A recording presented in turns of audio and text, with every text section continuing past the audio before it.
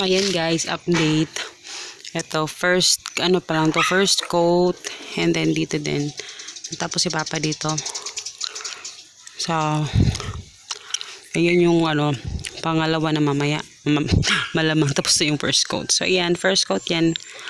So, nag-update lang ako kung ano yung magiging itsura. Guys, pangalawang paint ay si Papa man. So, ayan, medyo maliwanag na siya. Maliwanag na ang buhay.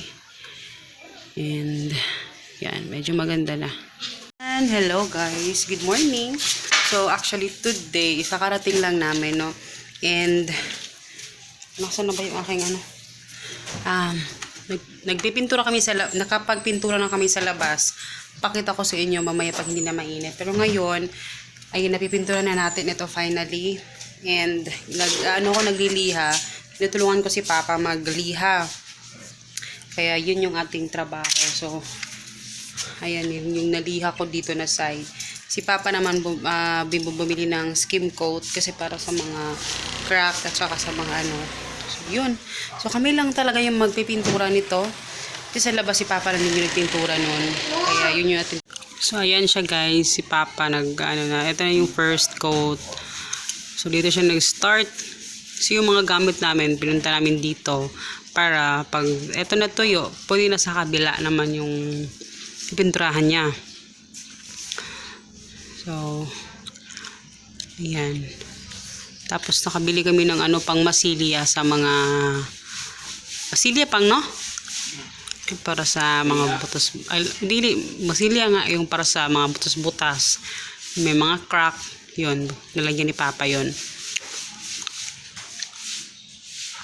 Hello guys, so update.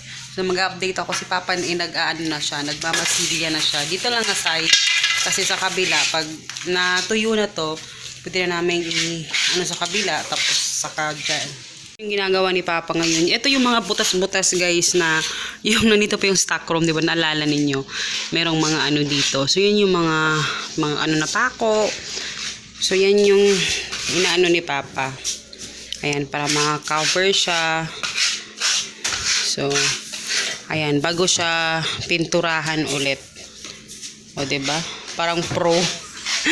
Actually, hindi namin alam yung mga, nakikita lang namin sa, YouTube, yung mga ibang ideas. Yung anak namin, busy. Yung anak ko naman dito sa labas, ayan, kasi ayan, busy siya magwalis ng mga, kanina pa siya naglilinis. Ayun yung mga yung mga nakapots. Ayun, nilagay ko na siya direkta sa lupa. Ayan. So, tinatanggal ko na siya. Pero yung mga lemon, yung mga sa likod ko kasi yan ilalagay. Pero hindi pa ako tapos. Yan yung kalat, diba? Kasi maglalaba pa ako eh. Kailangan ko unahin yung labahin ko. So, yan yung anak ko. Diba? Ang sipag. Ang sipag din. So, ayan. Tapos yung carpet ko, andun ko nilagay sa para maano yung mga germs. Charot. So, sipag ng anak ko. And eto naman, itong malunggay na to, tatanggalin ko yan sa, sa balde. Tapos, ko dun sa, direkta sa lupa na siya. No, para mas makapag-ugat siya ng tapos marami siyang tubo. Kasi konti lang yung niya, oh. So, yan. So, update pala guys. So, lalabas ako. Wait lang. So, ayan. Yan yung itsura niya. Hindi ko maano eh. Yan yung ito kasi lalagyan namin ng tawag dito. Wood sa gilid ng bintana. Tapos pipinturahan. And, ito na yung binili namin na syempre, budget na wala tayong pang screen door. Meron pang screen door pero wala tayong budget. Wala tayong budget for screen door. Meron tayong pero walang hindi ko priority yung magpa-screen door. Importante sa akin hindi makapasok yung langa, which is very effective din ito. And then dito yung white. Ito ba kasi hindi pa natanggal ni Papa tong mga yung nagpintura siya. Pero ito papamasilyahan ko kay Papa yung mga butas-butas tapos i-repaint ulit. So, ayan. So, pagpasok, ayun, tapos, Doon naman, nilagay ko yung isang isang tawag dito, screen doon sa labas. So, medyo madumi yung ating Pero kailangan nating unahin itong pagpipintura. So, ayan. So, si Hagrid, ayun. Busy siya sa labas.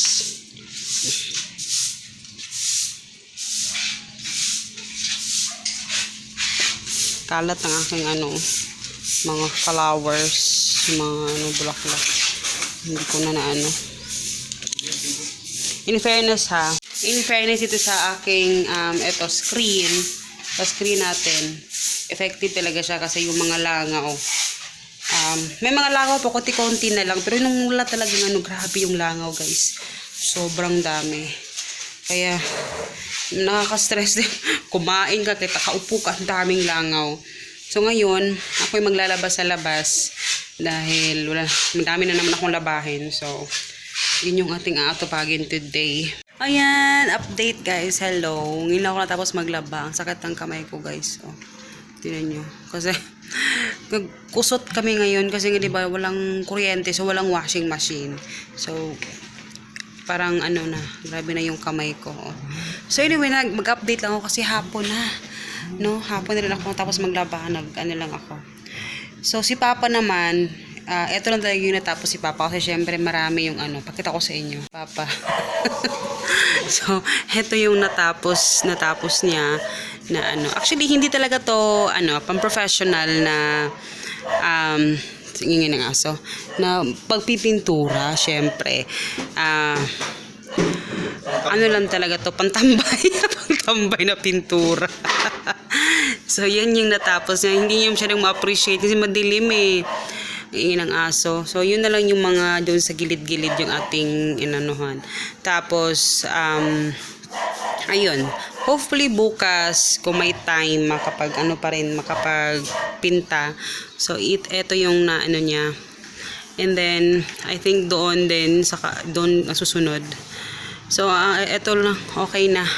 At least maliwanag. Bukas ma-appreciate nyo na yan pag maliwanag na.